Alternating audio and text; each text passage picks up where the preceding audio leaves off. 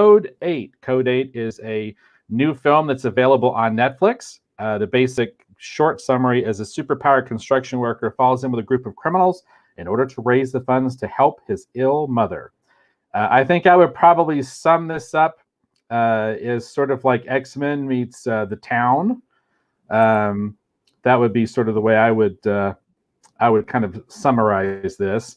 It was directed by Jeff Chan. I think the thing that most people would be aware of is that this is Stephen Amell and Robbie Amell's, the Amell brothers. This is, I think, their project, isn't it, Eric?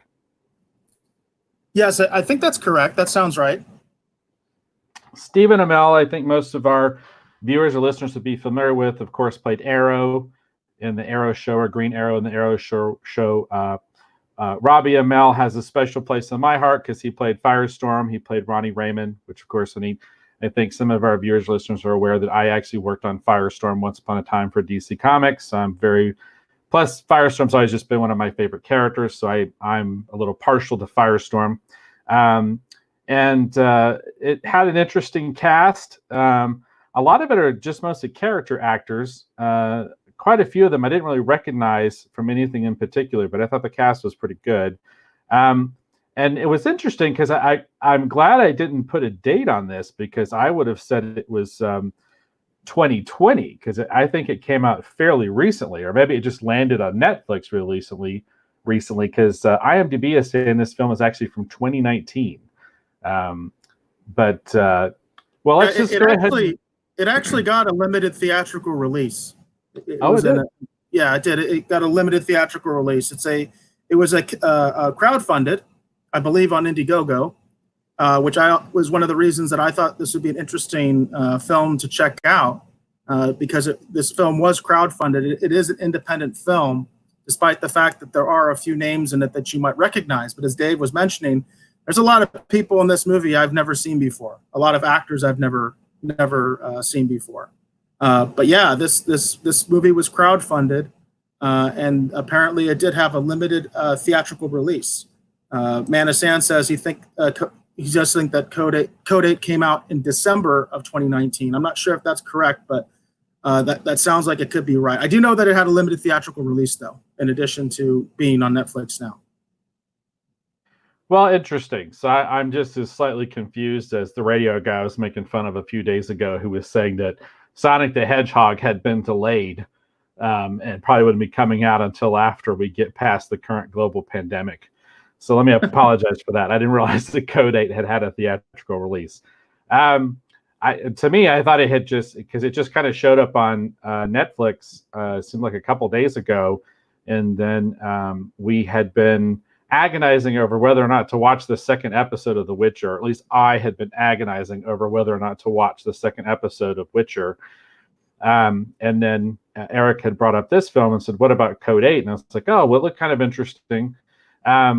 I think that synopsis is pretty good. It is kind of, or you could even say Heroes meets The Town.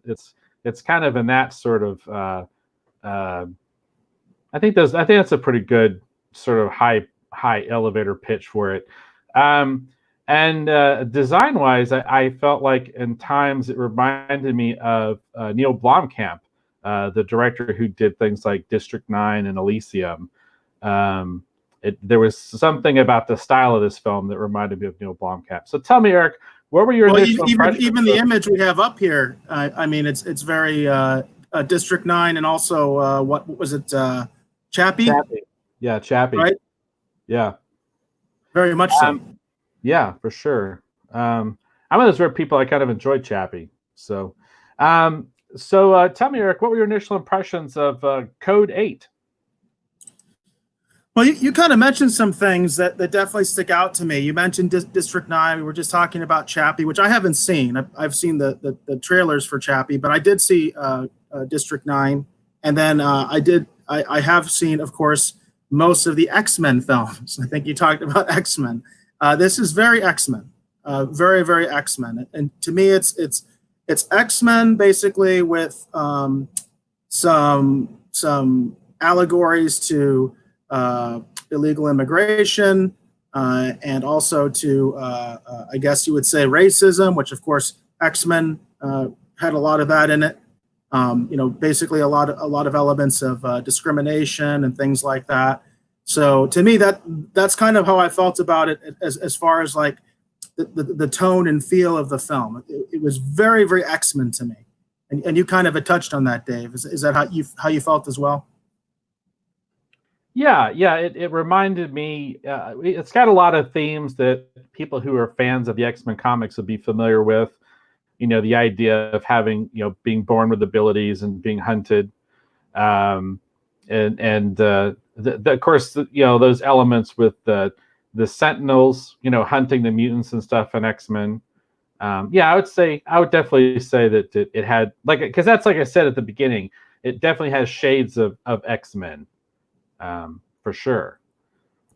Manasan mentions that Blomkamp also did Chappie, which had a similar robot character. And as you mentioned, these Guardians here, we have one of them pictured in the promo pic here. I felt an immense Sentinel vibe to them. I mean, immensely. Although they weren't they didn't appear to be as intelligent as the Sentinels. In fact,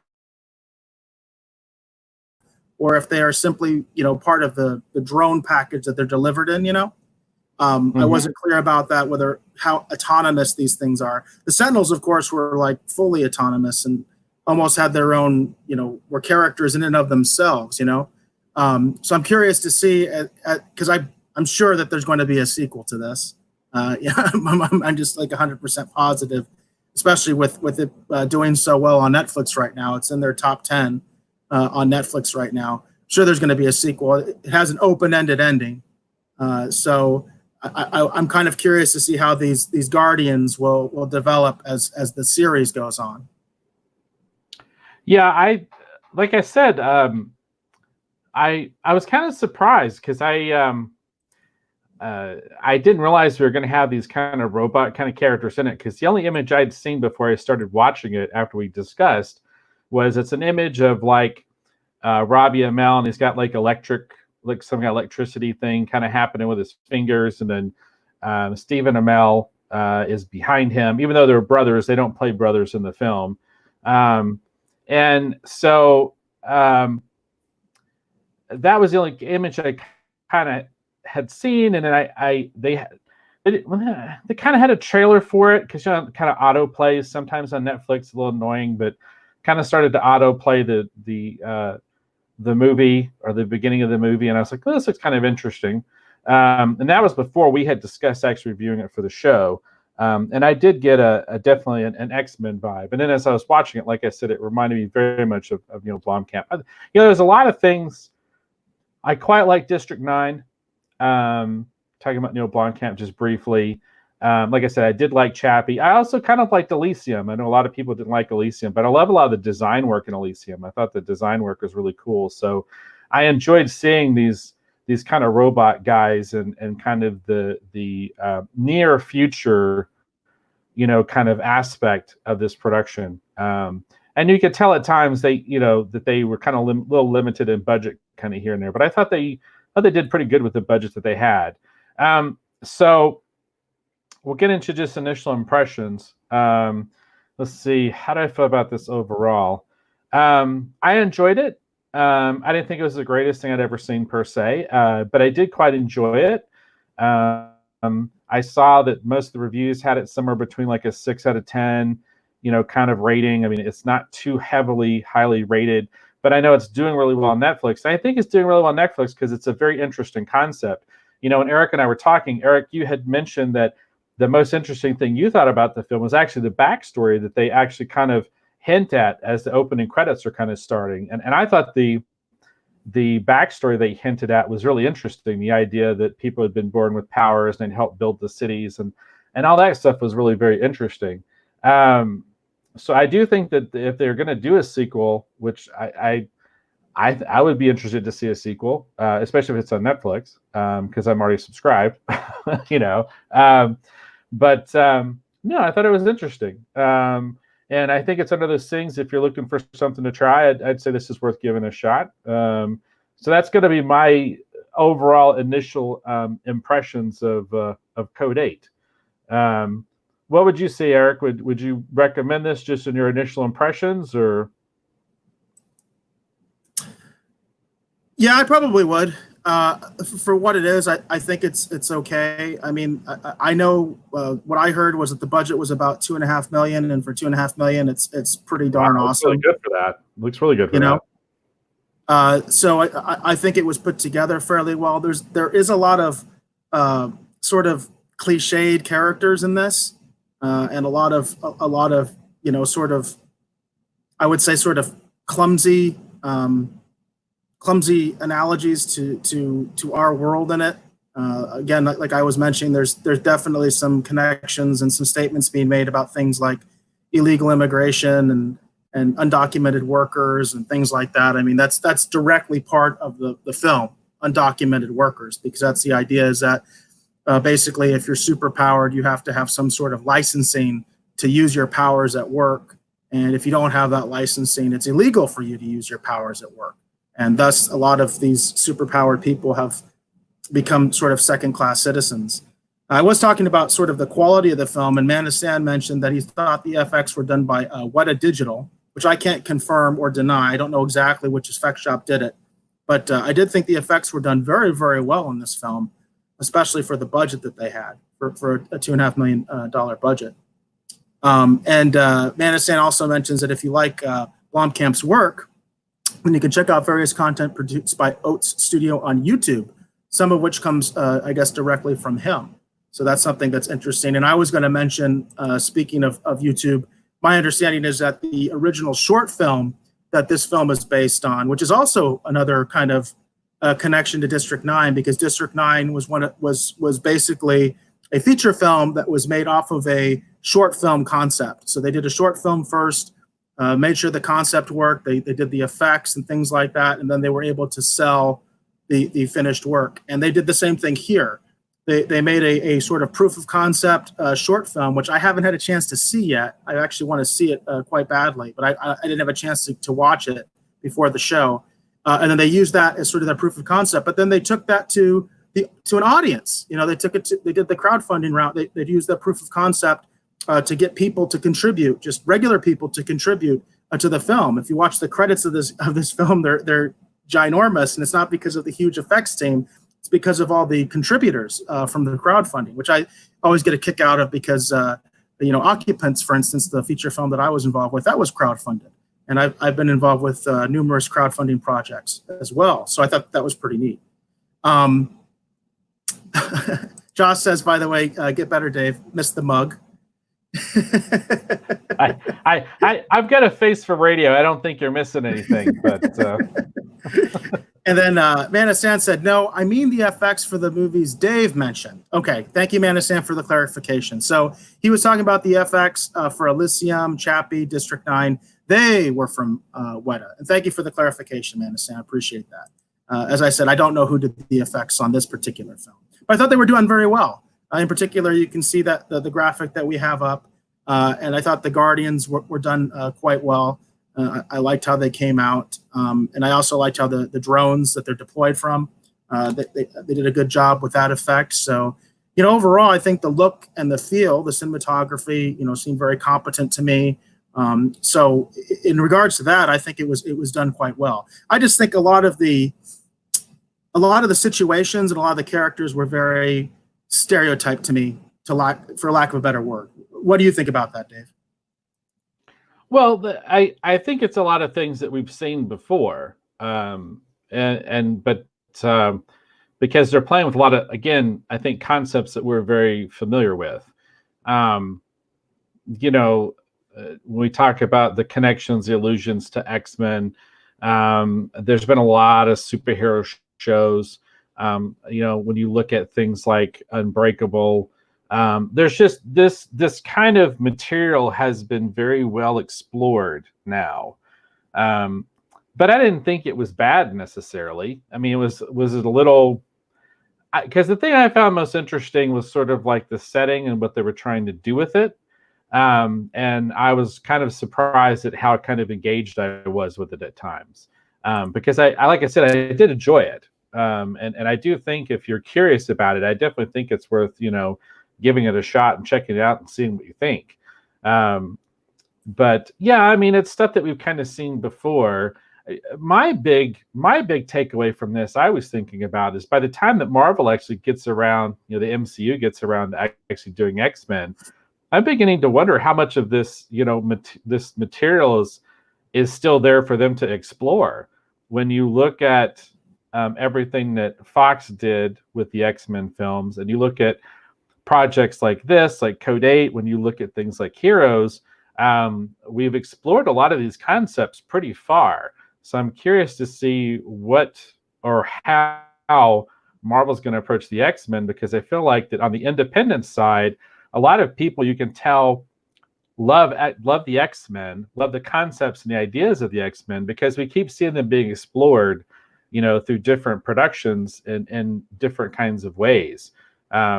So that was my kind of big takeaway from watching this. I kept thinking, it's like, wow, by the time the MCU gets around to X-Men, what's going to be left for them to really explore?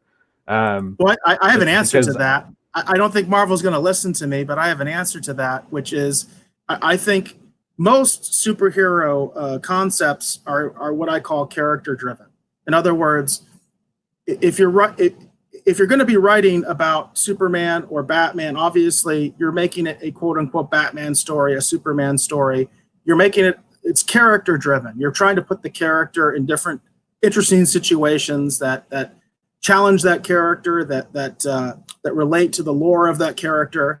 And although X-Men is probably the most story-driven superhero group that I'm aware of, I still think the characters are what people are really drawn to. The concept is, like you said, is obviously very popular, especially right now, especially with the way Hollywood is right now. The concept is obviously going to be popular because it fits with a certain agenda, and it plugs well into that. But I think the thing, for instance, that the newer X-Men films were missing was that emphasis on the characters that we really enjoy and keeping those characters true to themselves. For instance, I know a lot of people that were upset about the new X-Men films because they didn't like Mystique becoming a good guy, that becoming an X-Men.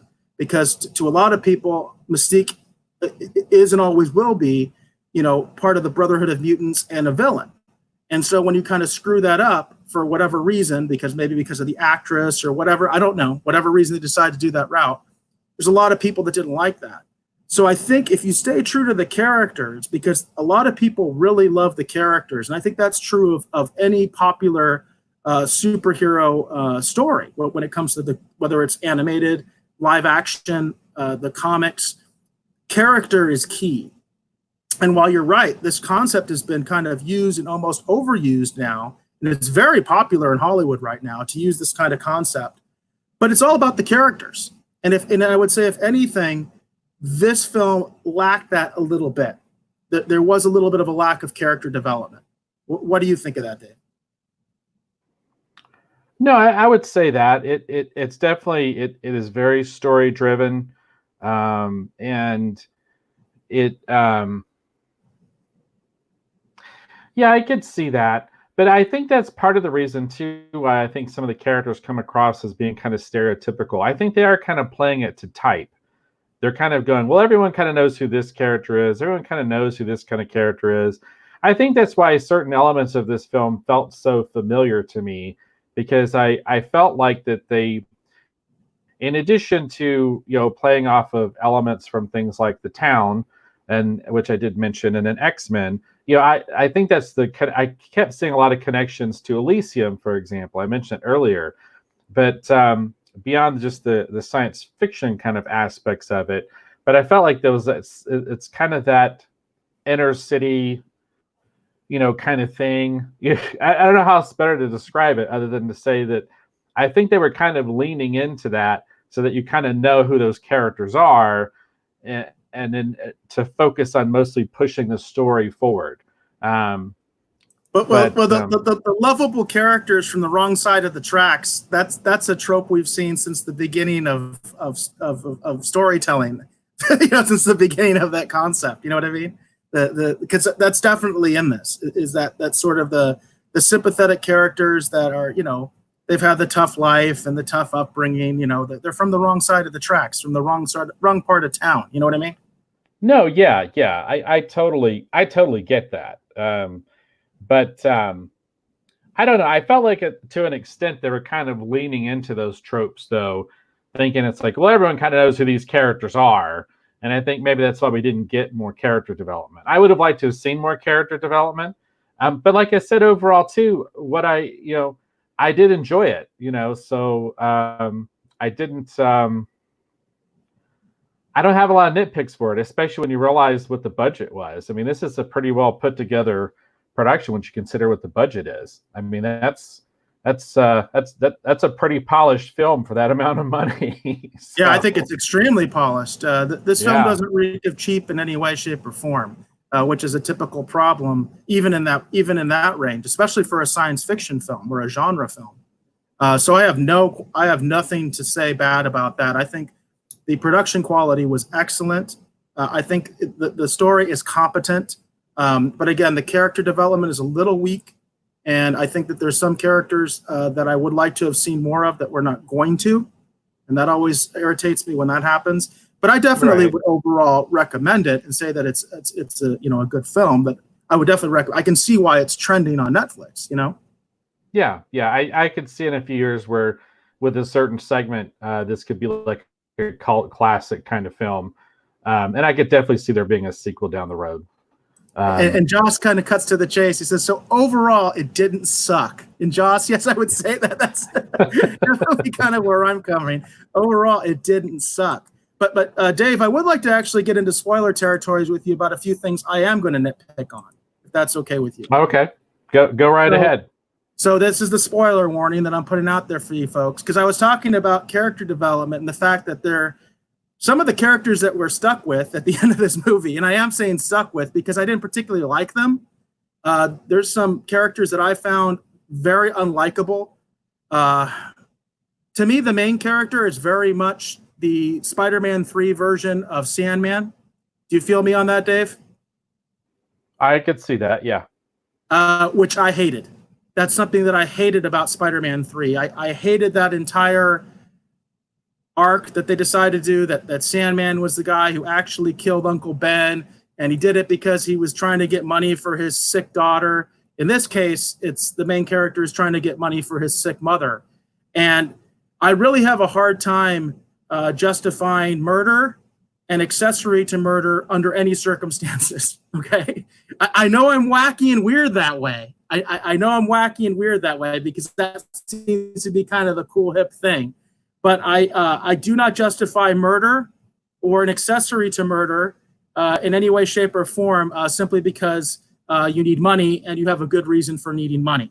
I can understand the Les Miserables thing of, hey, I stole a loaf of bread because I was starving and I shouldn't be hunted for the rest of my life for that. I get that. I do. I'm with that concept. But when you murder someone or you are involved in the murder of people who, especially who are innocent and have nothing to do with this situation, yeah, you got to pay for that. There should be some consequences for that. That was a big issue I had with Star Trek Picard, was all the murder that was happening and there's no consequence. This is kind of that concept of Star Trek Picard of, I'm done murdering people. I don't like that. I don't buy that. But I will say this, in terms of again, some characters that I would like to have seen more, we have this sort of little ensemble of this sort of motley crew, again, if you will, that are doing these robberies and things. And I was intrigued by the mute character, the deaf character that was doing the signing, and he had, I guess, what they called the brawn power. Is that how they refer to it, Dave? Like he was a brawn. Yeah, he was superhuman, like strength. Yeah. But I think that's how they called it. They called it like you're a brawn. You have this like super strength power. And I was intrigued by that because you don't really see that, right, Dave? I mean, that's something new. That really is something kind of new where you see a kind of a main character. He's super strong, but he's deaf and he's signing and things like that. And they killed him. And I was just like, whoa, wait a second. That's like, that would have been a cool character to explore more. He was even doing the whole thing where the main character couldn't understand him and he kept basically insulting him without the main character knowing he was insulting him because he doesn't know how to sign. I thought it was kind of cool. I thought it was a neat concept, and I would like to have seen that character explored more. And they killed him. Yeah, There, it was kind of unfortunate because there was a point at which I was like, okay, I think he's going to die, and then it looked like they were going to kind of try and keep him around, and of course he didn't make it. But yeah.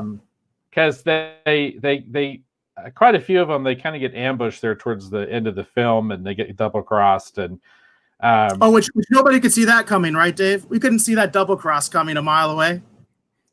yeah, no, I mean it was a little, like I said, there was points of the film that was by the numbers. I get that, but I guess it's just because I like this kind of material, superpowers, science fiction.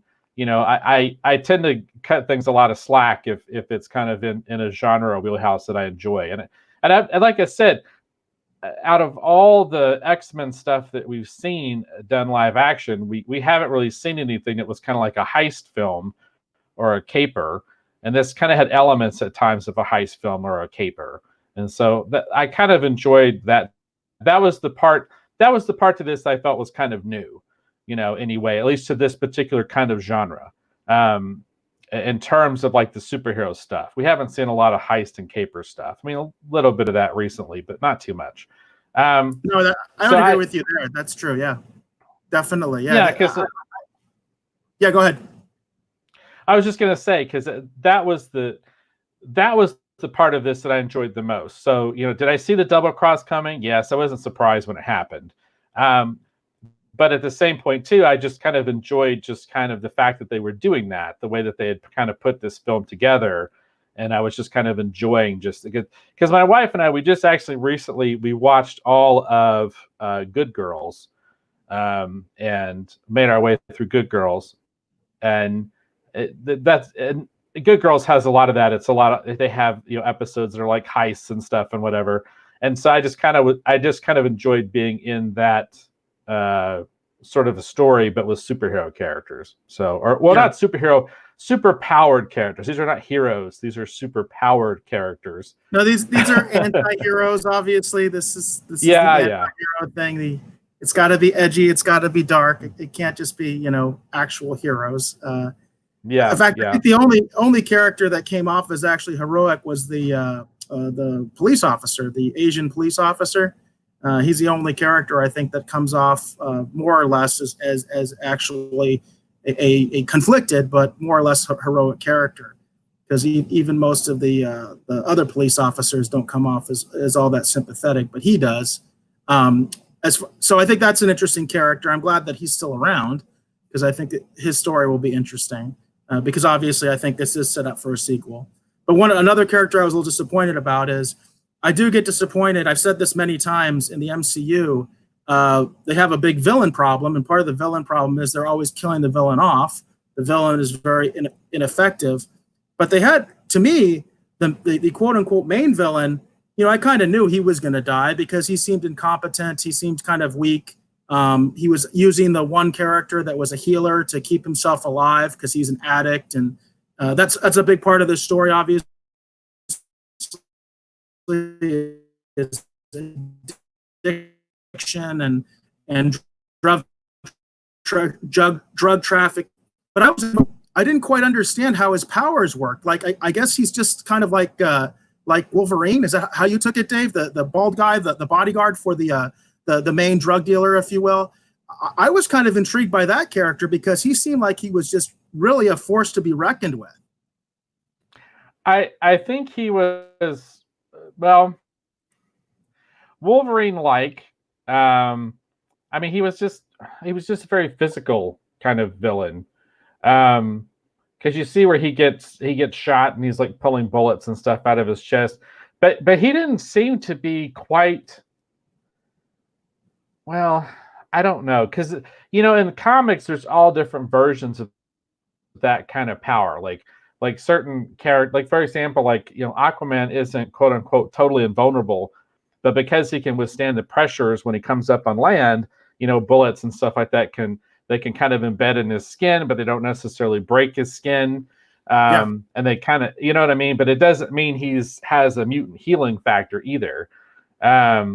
So yeah, I could kind of see that. I mean, but again, if they were going to lean into the trope, I think if they'd leaned into the Wolverine trope a little bit more, I think I would have found that character like even more entertaining. You know, if he was just a little bit more, you know, Wolverine-ish. You know what I mean, in terms of his mannerisms and stuff. That would have been kind of fun.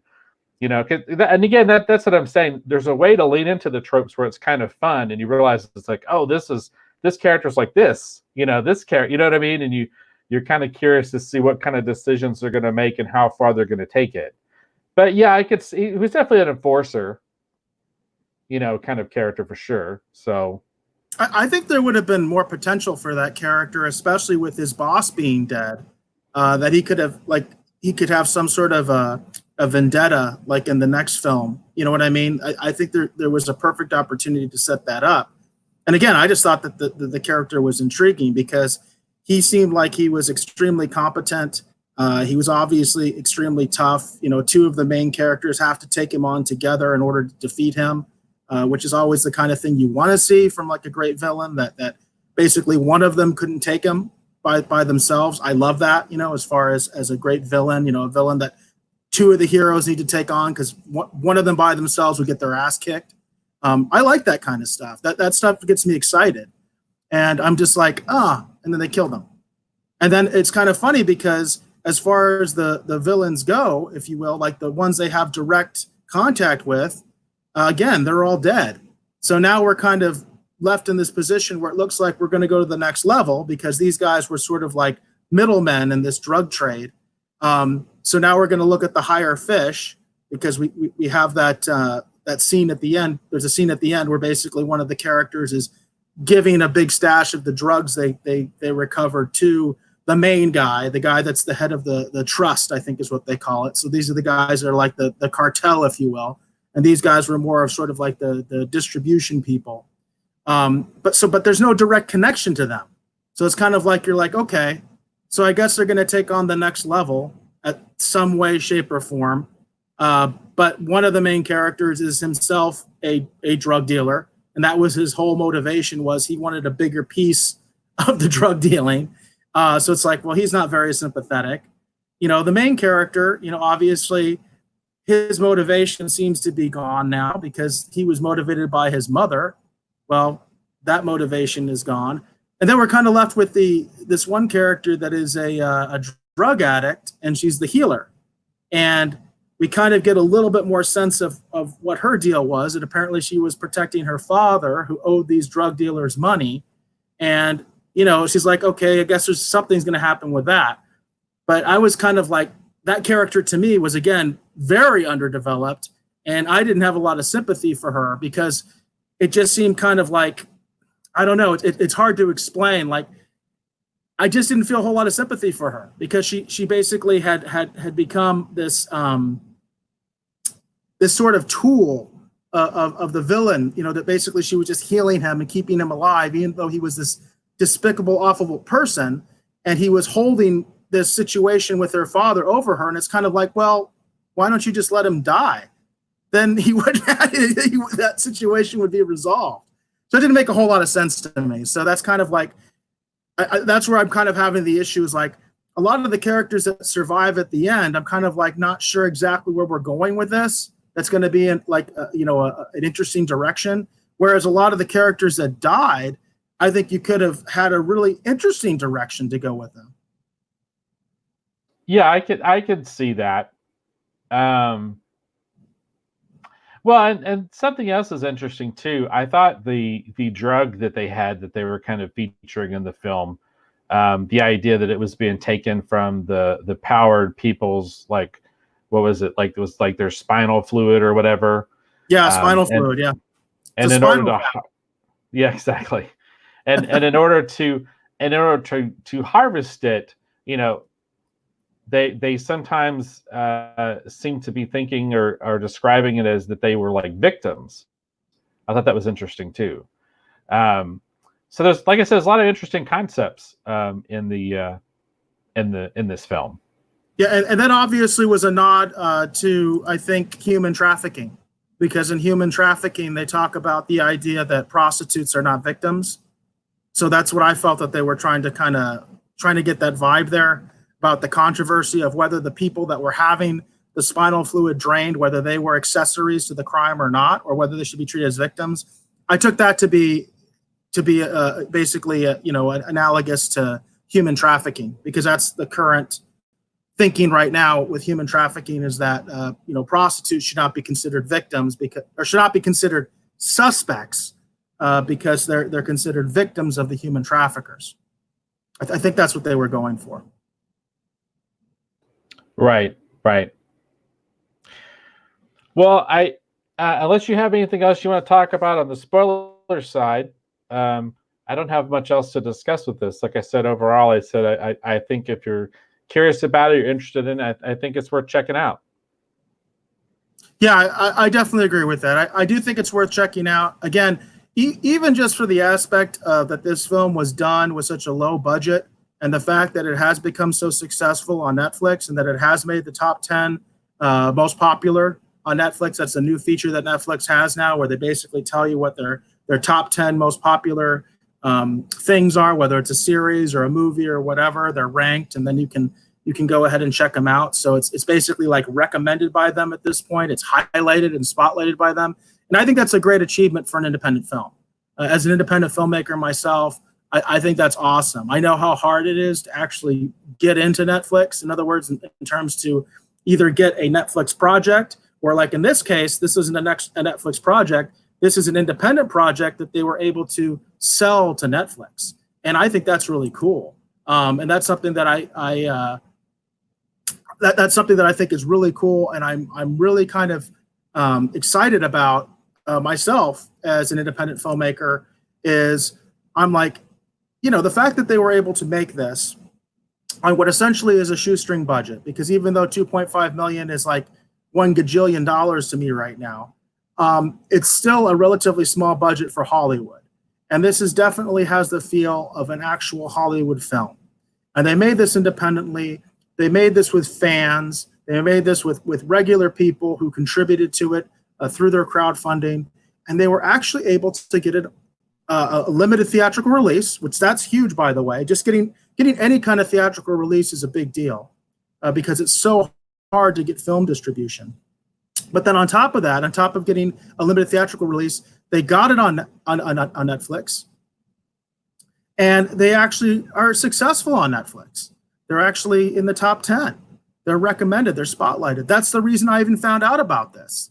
I didn't even find out about it from Netflix. I actually found out about it because of a Wired article that was talking about this and talking about this cool phenomenon of a film like this being successful on Netflix. Because I remember I was talking with Dave off the air. I remember back in the day when Netflix first started, basically it was almost all independent films. And then it shifted, and it seemed like it was all sort of like legacy content. Like it was all like older shows and movies from established, Hollywood properties. And now we're kind of in this third phase where now it seems to be all about the new content that Netflix is providing. And when I say new content, I'm talking about the stuff that Netflix is producing essentially in-house, the stuff that they're financing themselves and greenlighting themselves. Well, this goes all the way back to the beginning of Netflix. When you could get your independent film on Netflix, you could get great exposure, you could make some money, and you could actually become successful through the streaming platform. So this does kind of excite me in a lot of ways, and I just hope it's an indication of more things to come, because it's a great business model for Netflix, because they don't really have to worry about the initial investment. Granted, 2.5 million is peanuts to them. They could make a film like this probably pretty easily. But the thing is that it's neat to see that maybe, just maybe, this is going to start a trend, and maybe we are going to see more independent content, more films, even more series that are actually produced independently that Netflix will pick up. And then it will give them a chance to find an audience and all that kind of stuff. So that's the other thing that I think is really, really intriguing about this. Yeah, and I would have to say that's my hope too, is that this does lead to more independent productions, and creates, because at the end of the day, that was kind of the hope with a lot of what's going on right now with streaming, is that it would actually create more opportunities for independent creators, and people looking to break into the business. I mean, that's kind of at least for me anyway, that's what I was kind of hoping for, is to see, more different creative visions being expressed, you know what I mean? And different kinds of projects kind of coming from, all different, kinds of, creators. I mean, that's the hope, right? So Absolutely, yeah. yeah. So I hope that that's what this leads to. I'm going to second that. I definitely hope that that's what this leads to. And then when we were discussing this before, I was kind of shocked to hear that apparently it is more difficult to get a production onto Netflix than I had realized. I had thought that, not that it was an open, kind of platform like YouTube where you just post something up, and there you go. I mean, I knew there was, gatekeepers and stuff, but I had hoped that it was a little bit more open to independent, creators and such. But maybe it's not as open as I had originally thought. So yeah, it's exactly the opposite. It's extremely hard to get into Netflix right now. It really is, because Netflix is doing so many of their own projects. They don't have an open submission policy where you can just submit your film to them. You have to go through certain gatekeepers, whether it's a distributor, certain agents, things like that. It's definitely not an open-ended process. It's actually very, very difficult. I know people that actually work in Hollywood and they cannot get into Netflix at all.